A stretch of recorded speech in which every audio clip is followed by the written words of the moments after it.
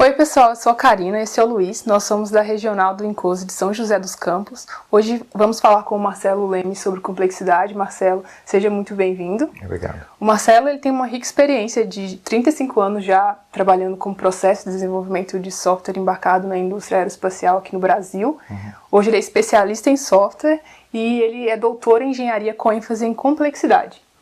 Marcelo, sobre o que você estudou e trabalhou esses anos todos, você pode falar com a gente um pouco sobre o que você entende sobre complexidade e por que ela é importante? Ok, Karina. Obrigado aí pela oportunidade, né, de estar aqui falando com vocês. Eu acho que o tema em si é um tema bastante rico, né, dá margem a gente ficar falando muito tempo aqui.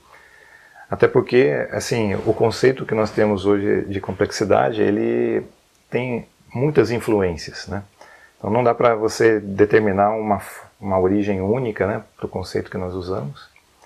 E muitas vezes a gente usa no dia a dia o conceito de uma maneira que faz sentido para nós, mas que realmente não é exatamente aquele que seria adotado no mundo mais formal, né?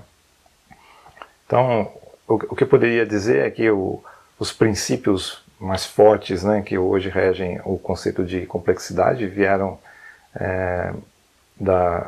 de Descartes, de Newton, em que, vamos dizer assim, estabeleceu um método de análise científica, né, que previa a decomposição de um determinado problema em partes tão simples que cada uma delas pudesse ser completamente compreendida, né. Após isso, compreendidas as partes, isso aí voltava-se para aquele componente, né, ou para aquele problema, e aí partia do pressuposto que, uma vez compreendidas as partes, você poderia compreender o todo. A base foi aí, mas ao longo do tempo, e isso nós estamos falando aí de quase 300, 400 anos de evolução de um pensamento, né, e que hoje a maneira que se entende complexidade é que são sistemas cujos elementos interagem de uma maneira autônoma, né? E que não tem algo que rege as ações daquele grupo. Então, um exemplo típico disso é sistemas naturais, né? Um ecossistema. Então, não existe uma entidade ali que faça o controle daquilo ali, do sistema. Existem sistemas complexos, né, construídos pelo homem, por exemplo, tipicamente usado uma bolsa de valores para exemplificar um sistema complexo feito pelo homem, né? Então, cada um ali age de uma forma e o sistema vai conduzindo para um lado ou para o outro, mas não existe uma pessoa determinando o caminho que aquilo ali vai, né? Na teoria, nós trabalhamos com sistemas simples, os complicados e os complexos, né? Então, os sistemas de engenharia hoje praticamente ficariam classificados como sistemas complicados, né?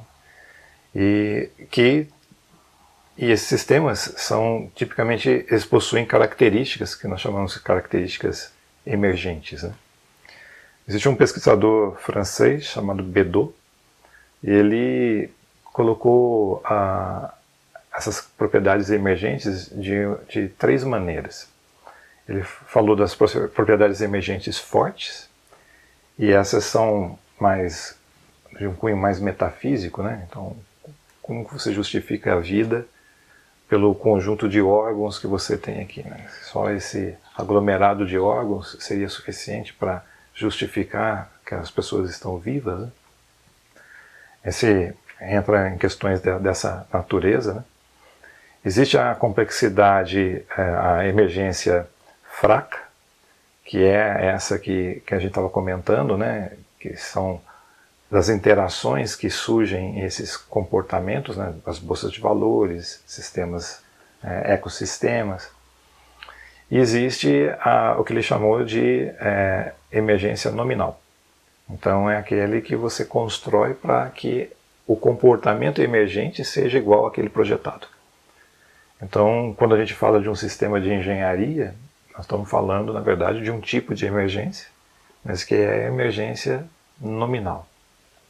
Quando nós colocamos esse artefato de engenharia dentro de um ecossistema, né, em que tem pessoas, controle de tráfego aéreo, fenômenos atmosféricos, aeroportos, sistemas que precisam realimentar tudo, então aí você está introduzindo aquele sistema de engenharia, né, chamado complicado ali nesse contexto, transformando aquilo dentro de colocando aquilo dentro de um contexto de um sistema complexo. Então, acho que hoje se a gente olhar só o artefato, né, uma visão mais reducionista, né, uma aeronave, nós estamos deixando de olhar realmente, eu perceber certas coisas importantes do ponto de vista sistêmico, né, que é o avião dentro do seu ambiente de operação e com os usuários, com tudo o que acontece em torno dele, né? Então é importante essa percepção para uma visão de engenharia de sistemas. Você comentou sobre complexidade na engenharia. É super importante a gente lembrar que a gente tem que aprender a gerenciá-la, né? Porque, de certa forma, a gente precisa de um nível de complexidade mínimo para poder gerar uma função que a gente precisa, né? Durante a sua carreira acadêmica e pesquisa, você publicou o livro Complexidade, Criticalidade e Acoplamento. Como surgiu a necessidade de estudar a complexidade e por que você acha ela importante? Foi assim, meio casual, né? Quando estava participando do projeto do E1, nós adotamos uma norma, a RP 4754, e a norma era voltada para sistemas altamente integrados e complexos. Então, a primeira coisa que surge é o que é um sistema altamente integrado e complexo, né? A norma tem as suas definições, mas eu fiz minha pesquisa na época para ver visões diferentes do que seria algo complexo. E isso nós estamos falando lá por volta dos anos 2000, né? 2001, 2002, e o assunto estava muito borbulhante, né? Na época. Você olhava na sociologia, na psicologia, na filosofia, na matemática, na computação, na engenharia, na biologia, todas as áreas praticamente falavam de alguma coisa em torno de complexidade. Aquilo me chamou a atenção e me despertou algumas possibilidades. Na época eu não tinha muita condição de aprofundar no assunto, né? As demandas de projeto eram pesadas, mas aquilo lá ficou guardado, né? E mais para frente surgiu a oportunidade de fazer um doutorado, e aí eu falei assim, eu vou explorar esse assunto voltado para um ambiente de engenharia. Então foi aí que surgiu, né, o interesse e o início do estudo sobre complexidade. Quais os desafios você encontrou durante sua pesquisa?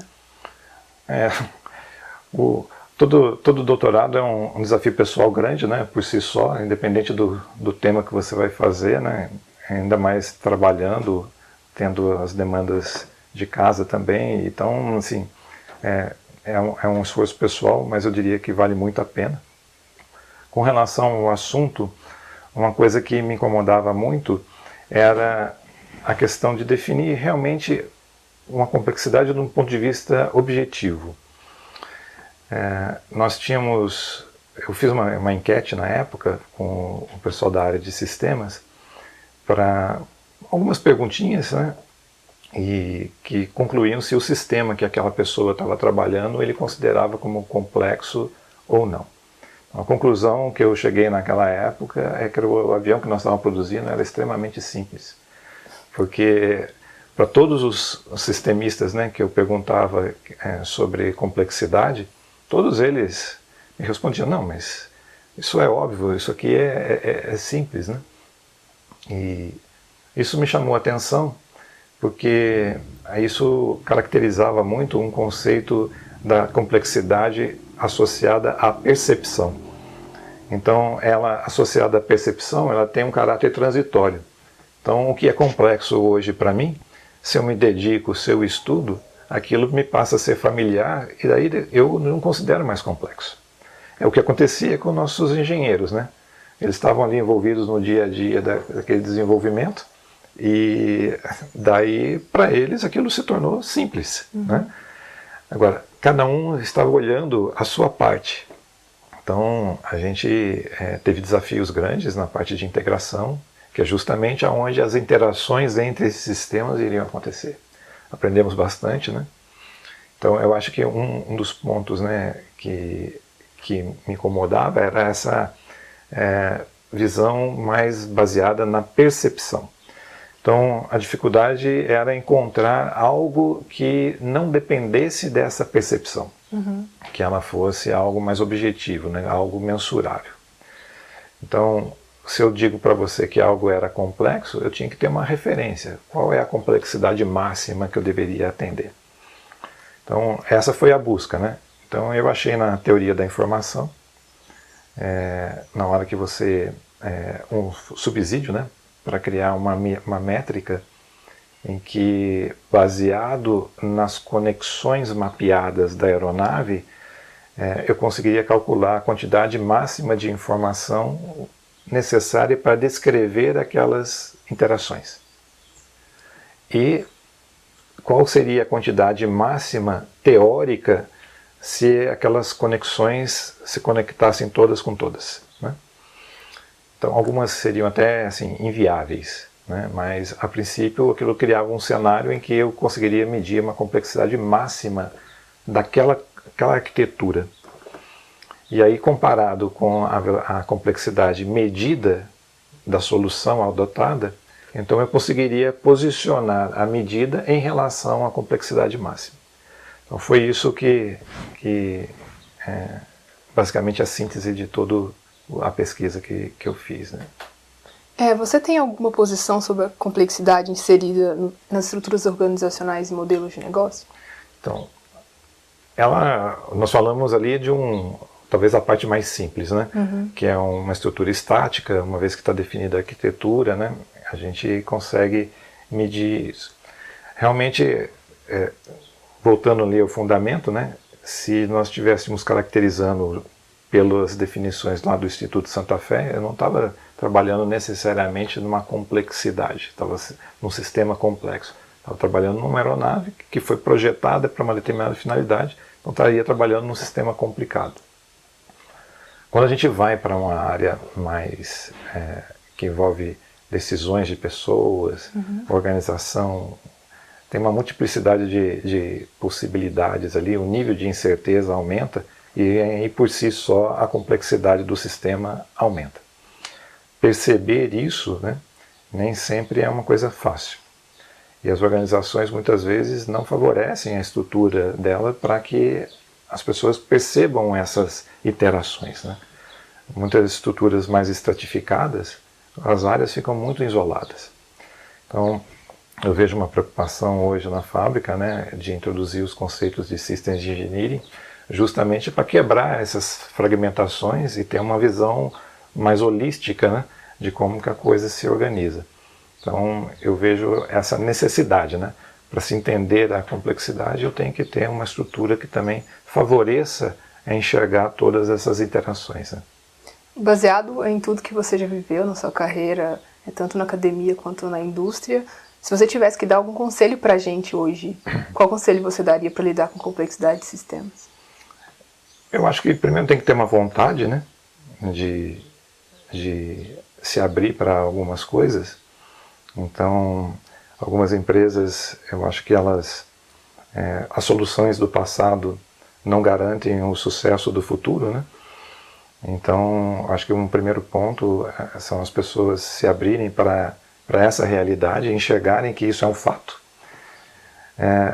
Existem fundamentos, o próprio Incouse é uma área que provê uma série de textos, tem uma série de papers, que inclusive eu referenciei no meu trabalho, né, que lidam com isso. Então, quer dizer, a abertura para se municiar, né, dos fundamentos, né, e colocar em prática também é super importante. E uma estrutura que realmente, dentro da empresa, faça isso acontecer, né. Então, acho que passa por uma vontade, por um preparo das pessoas para entender os fundamentos, né, para poder aplicar da maneira apropriada, e realmente pessoas que estejam assim, realizando isso dentro da empresa, né? Acho que é um tripé fundamental aí para que a coisa aconteça. Marcelo, muito obrigado por falar com a gente sobre complexidade, que é um tema super importante, foi até motivação para o desenvolvimento do Systems Engineering como disciplina. Muito obrigado, Luiz, também por mais um Systems Talk. Eu que agradeço a oportunidade, né, de estar aqui falando com vocês. Espero ter contribuído de alguma forma, né? E eu coloco à disposição aí, sempre que precisarem e eu puder ajudar, eu estou sempre disposto a contribuir. Obrigado aí. Muito obrigada. Valeu. Pessoal, obrigado por assistir mais um vídeo.